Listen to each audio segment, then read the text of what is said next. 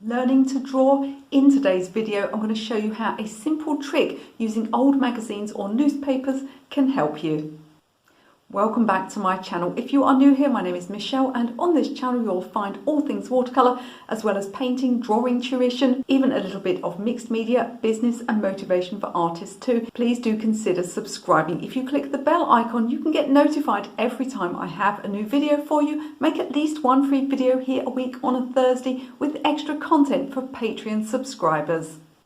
So the trick that I'm going to teach you today, I have actually shown you very briefly in another video, but it was something that people were really interested in. That video had sort of 10 points in, but everybody wanted to know more about this particular one. And what we're going to do is we're going to draw on old newspapers, old magazines. I mean, the thing is, where I live is a tiny village and we don't even get, a newspaper here. It's like Village of the Damned, and I never buy magazines. But of course, you can also use things that come through the door, those leaflets that you get advertising things. There's always somebody's face to draw on, isn't there, if you're so inclined. I loved doing it when I was a kid, putting silly sort of Hitler moustaches on faces and things like that. And I often have to, spend money or sacrifice things in order to get these YouTube videos done. But I want you to know that I really had to sacrifice a lot this week. Ladies and gentlemen, I had to go into a local shop and I had to purchase a celebrity gossip magazine.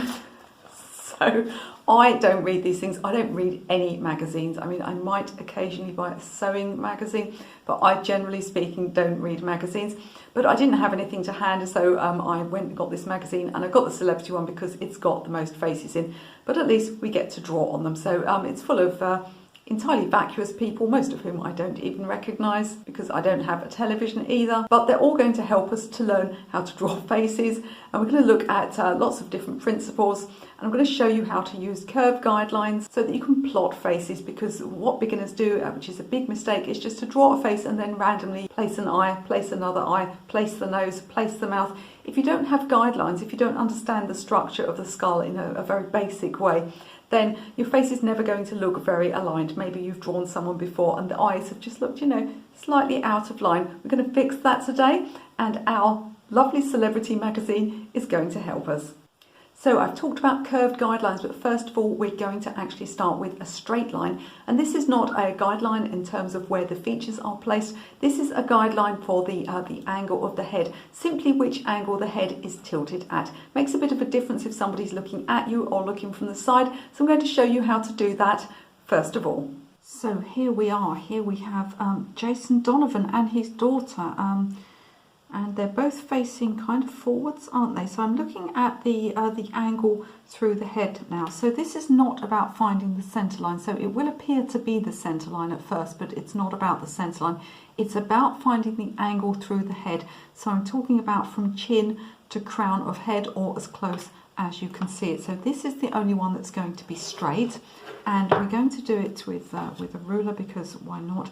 So in reality, you wouldn't necessarily, if you were making a drawing, you wouldn't necessarily draw this, but it's just a matter of seeing where the angle through the head lies. And let's look at an example of somebody's side on. So Victoria Beckham here, look at that. Here we go. So we're looking here, again, you can see on the side that it's not about the centre line this time, it's about the angle through the head. Now, why is this important? It's going to allow you to draw the skull in the correct shape. So if you're looking at someone's head and you know that they're slightly on the side because you've checked the angle, then what you'll be able to do is to draw that head shape like so. And it can be useful as well just to trace the head shape of people, because it helps you to see what sort of shape the head is. So if somebody's got their face more or less face on but just tilted, it'll look like that. But if somebody's on the side, then what happens to the head shape is it becomes much bigger at the back like this. We might also have, the neck coming down here. So getting that angle is the first stage of drawing the head. It's really important. So this is something I want you to look at when you're looking at the faces in your newspaper and your magazine, is what angle are they holding the head at? This is not about the centre line, this is about the outline of the skull. See if you can find that centre line. Remember, it goes from chin to crown of head. So let's look next at drawing someone who's faced directly towards you. Now, it's very, very unlikely that somebody's head will be faced exactly towards you, neither tipped up nor tipped down, nor to one side or the other. As we've discussed, heads are heavy. In fact, the only time when you might see somebody hold their head properly, correctly upwards is if they are actually doing that on purpose. For example, certain sports, horse riders, ballet dancers, people who meditate. I learned to do it at Tai Chi, how to hold your head directly upwards with your spine straight. That's the only time really you'll see somebody do this, and even then your eyes may not be on the same line as them. Now, I was talking in a previous video about using curve guidelines and saying that the curve of the eyes, the eyes are always on a curve, everything's always on a curve, and somebody called me out and said this is not true. If you're looking directly at someone at eye level, then the eyes are straight in line. Yes and no. So it's true, it's absolutely true that if you are on the exact same eye level as someone and their head is exactly upright, how likely is this to happen? That the points of the pupils, yes, might be in line, but there are still going to be curves going on because the eyes are not simple dots and they're not sitting on an orb, they're sitting on a shape which is uneven. In other words, it's oval and it's bigger at the back where the brain is. So the idea that the eyes are ever in a straight line is, as I said, technically yes, the centre of the eyes could be in a direct straight line. It's almost never that you will see this happen, and the sockets of the eyes are much larger and they cover a large area of the head. So again, those are still going to be on a curve simply because they're going away from you backwards. It's not just a curve, it tilts backwards because of the unique shape of the skull. So I'm going to show you now how to approach somebody who's looking straight at you, more or less. So let's go back to this idea of somebody looking straight ahead. Here we've got Jason Donovan, and so you'll notice that the top of the head, so let's just draw around the head. He's got quite a square shaped face, hasn't he? So we'll draw around the head like that. If you have a look at his eyes, you'll find that they are approximately halfway down the head, and he's looking at us pretty much straight on. Now, so you've got from the top of the head, not including the hair, to the bottom, look how the eyes are almost exactly halfway. So a mistake that people make is always putting eyes too far up the head. They will move up or down depending on if the head is tilted, but if somebody's looking pretty much straight at you, you'll have something like this. And then halfway between the bridge of the eyes and the chin is the nose, so that's going to sit about halfway. Of course, it varies person to person. And then we're going to divide again from nose to chin, and we've got this here. So again, this is allowing you to place things. Now the eyes are always connected, they're always on a plane. There's no point just drawing a face and drawing an eye in and then drawing another eye in. Really, really important to get these proportions right. So let me show you again on my blank piece of paper.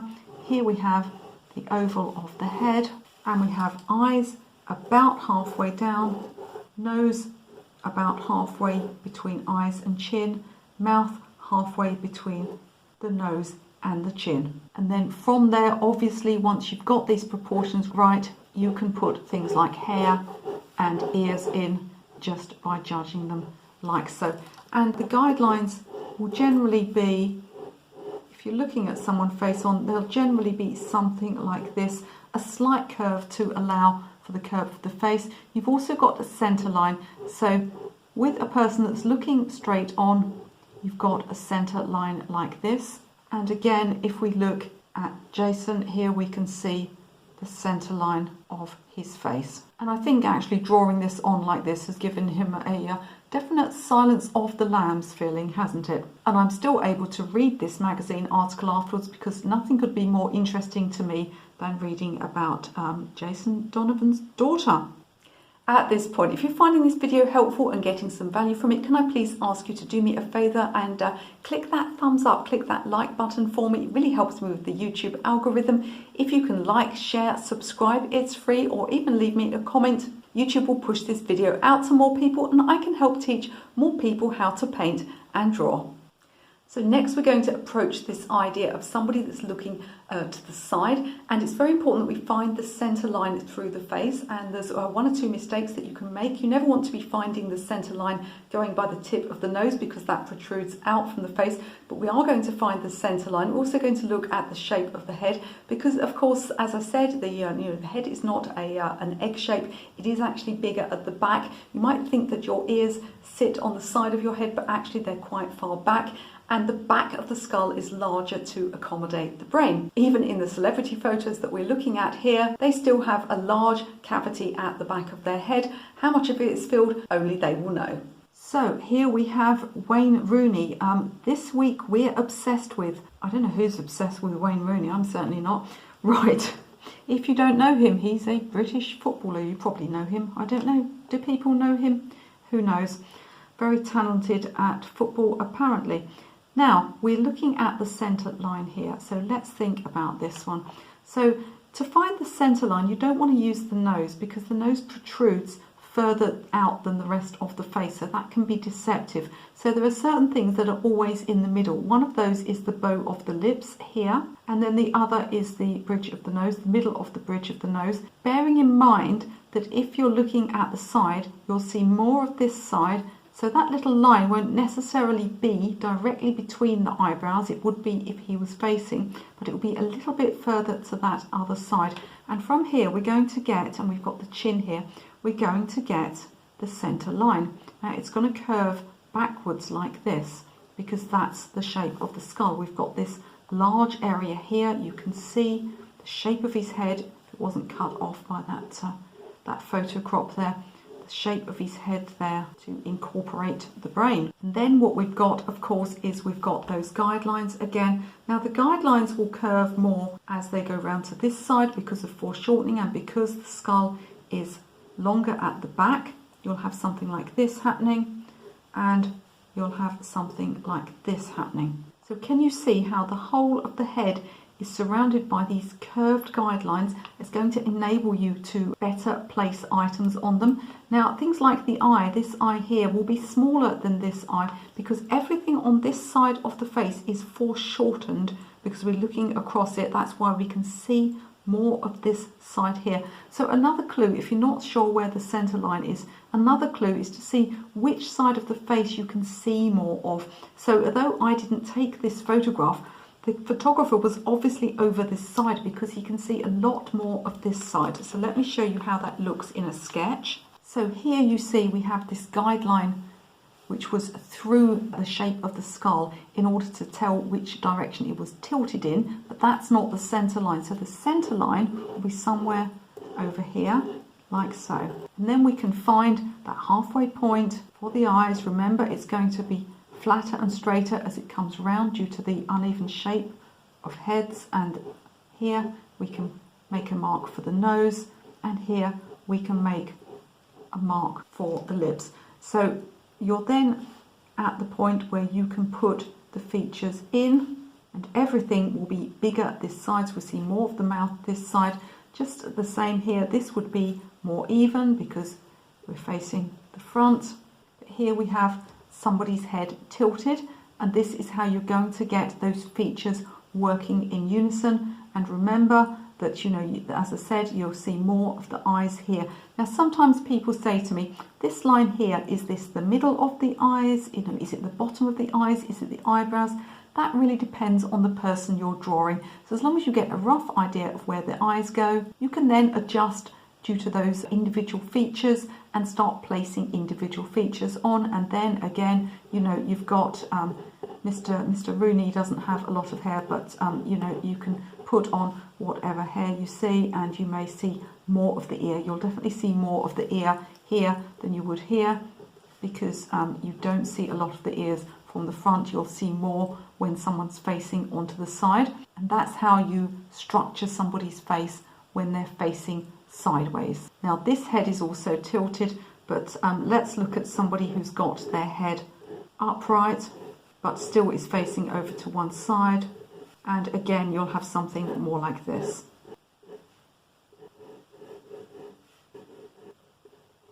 And I'm drawing in ballpoint pen today just so that you can see more easily, but look how easy it is then to put the rest of the details on, you know, the hair, the ears, all of that, once you've got these guidelines, and everything then becomes aligned and you don't get that strange thing where one eye doesn't seem to relate quite properly to the other. Next, we're going to look at people who are tipping their heads up or down. So in other words, lifting their heads or tipping their heads down. It's going to adjust all of the features. It's also going to adjust the overall shape of the head, because we're going to have foreshortening going on, not only between the features themselves, which may appear to get closer together or further apart, but actually to the shape of the skull. It sounds complicated. It's actually really easy to understand. Let me show you exactly what I mean. So let's look now at what happens when the head is tipped up or down. And here we've got, I don't know who this is, one of the Kardashians. It's great that I've got this magazine, because now I'll be able to find out what the Kardashians are up to. How exciting that is. So what happens with this is we've still got this centre line here, and the head's slightly off to one side. But what happens here is the features will go higher up and less of the forehead will show. And you'll also get more of the nostrils showing. So what happens here is these curved guidelines are now all facing upwards like this. So your guidelines go up. So if you're wondering, if you're thinking of a way of remembering this, the head is tipped up, the guidelines are going to curve upwards like this. Now this lady here is not a celebrity, she's just advertising some kind of cake stuff, which is rather random. So this lady's looking downwards and she's also looking to the side. So all of these techniques combine with each other. So let's look at the shape of her face. Okay, we see her head's on the side, we've got that largeness there, more of a flatness over this side, and we've got the center line coming down here, going through the middle of the lips there, between the eyes, got that center line. What's happening now is she's looking downwards. We'll see more of the lids, we'll see more of the forehead, and the foreshortening will happen here. So the guidelines now will go downwards. I'm going to draw this again for you on a plain piece of paper in a second so that you really understand it. So the guidelines are now going downwards like this. So let me draw it for you. So first of all, let's think about the shape of the skull. I'll imagine this person is just facing straight forwards rather than looking over to one side. What happens to the skull is, because it's an oval shape, is when somebody tips their head down or upwards, it becomes foreshortened. So the skull itself will become rounder, and that goes for looking up or looking down. The face will become a little bit rounder and a little bit less elongated. So let's do this one looking down. Now the eyes are normally halfway down the head, but because this person is looking down, they're going to move lower. And the same with the other features. We can do the same proportions, but they're all going to be just a little bit lower down. So what this means, and let's do a center line here as well. What this means is that when you're drawing this person, you'll see more of the eyelids, even if their eyes aren't shut. You'll see more of the top of the nose and the top of the lips. You'll see less of the neck because the head is blocking it and compressing it down, and you'll see a lot more of the top of the head and the forehead. So you'll see a lot more of the hair up there. So this person is looking down. Let's now draw a person that's looking up. So the same thing is going to apply. The shape of the skull is going to be a little bit rounder, but this time the features are going to move up. So the eye line is going to be above halfway this time. And see the guidelines going upwards as well. The features are going to appear more spaced out and a little bit different. So we'll see more of the open part of the eyes, assuming the eyes are open here. We'll see more of the nostrils of the nose because we're looking upwards, and then we get the mouth here. Now don't be deceived by these curved lines for the mouth. So it's possible for the guideline to go downwards, but yet the mouth to be smiling, for example. And the same with this one here. It's possible for the lines to go downwards in that smile shape, but for the mouth to be tilting down like so. So the features are not necessarily doing what the guidelines are doing. And you'll see here with this one as well, we see a lot less. We've got a lot less of the hair and a lot less of the forehead on show. And with this one, we'll have more neck on show because they're tilting their head upwards. So we've got a great example here of this chap here who is tilting his head upwards. So he's slightly on one side. Can you see how his head has become more round and less oval. And here's his centre line, slightly over to one side. But can you see how his eye line has moved up? All of the other lines have moved up too. There's more space between them. And look at this. Look how much of his nostrils we can see. That's because we're looking up at him and he's got this elongated neck. Now, all the things I've shown you so far, of course, can happen in combination. You can have somebody who's looking to the side and also tipping their head up or tipping their head down. Hopefully now you'll see easily how to achieve that. I'm going to talk lastly about something that people often get thrown by, and that's the fact that we have two things within head and neck that swivel. So the neck swivels and the eyes swivel. So what this means is that somebody can face left but look right, and also somebody can look right but their eyes can go left or up or down. Oh, I've made myself dizzy now. So I want to talk to you about how to identify this sort of thing and how to get it right, and how not to assume just because somebody's facing one way, they're looking in the same direction. Again, their body may be facing one way and their head may be tilted another way. So these are just things to look out for. It's all about observation, and this is why drawing on magazines and newspapers and finding these things again and again can really help you. So here we have a great example of somebody looking in different directions. I like this lady. She's got a nice blue dress and a very pretty bird near her shoulder. I'm not sure what it is, some kind of period drama perhaps. But look at the way she's in different directions. So let's have a look at the centre line of her face. It's coming down here. The tilt of her head is coming here. But look at her chest, it's facing over here. So she is facing in different directions. Her body is facing this way. Her head is facing, it's facing that way, but less so. And her eyes are actually facing over to the right. So you want to be careful when you're drawing people and consider that you have these two areas where things can swivel. And of course, I mean, if you go to the whole body, you've got the hips and things like that, and the feet. But here what you've got is the neck has turned. So her body is facing there, but her head is facing further round towards us, and her eyes are facing right over to this side here. So again, you know, we can plot these features here, and you might want to consider to yourself, you know, is she looking up or is she looking down? I think her head is fairly level, and that's another thing to be careful of. You know, just because the eyes are looking down does not mean that the head is tilted down. So you want to look at that overall shape of the head. And so look at a page like this. You know, all sorts of stuff going on here, quite apart from the amount of lip fillers, which are really, really shocking, and quite a bit of Botox, of course. But, you know, as soon as you get a page like this, you know, you can straight away start plotting these lines and looking at the shape of the head, looking at how people are holding themselves, trying to find those center lines and asking yourself, where are the guidelines for the features? So now I've shown you how to do this new technique. I hope you're going to practice it whenever possible. Remember, if you're waiting in the dentist waiting room, I don't mean draw on their magazines, that's not what I mean. Or if you're in a boring meeting, again, not encouraging people to doodle in meetings, but I have totally done that in the past. Or if you're just sitting around, you've got an old newspaper, an old magazine, I want you to find the people in it and see if you can put the guidelines in. If you do this again and again, it's going to help you really have an understanding of how heads are structured and how features fit into them. And next time you're drawing somebody or painting a portrait, you're going to find it so much easier and have a much better understanding of what you need to do, because the features are all related to each other and they're all related to the skull upon which they sit. They are not just individual items to be placed on the head. Before you leave this video, I do encourage you to pop down into the video description. I've got all sorts of good free things for you there.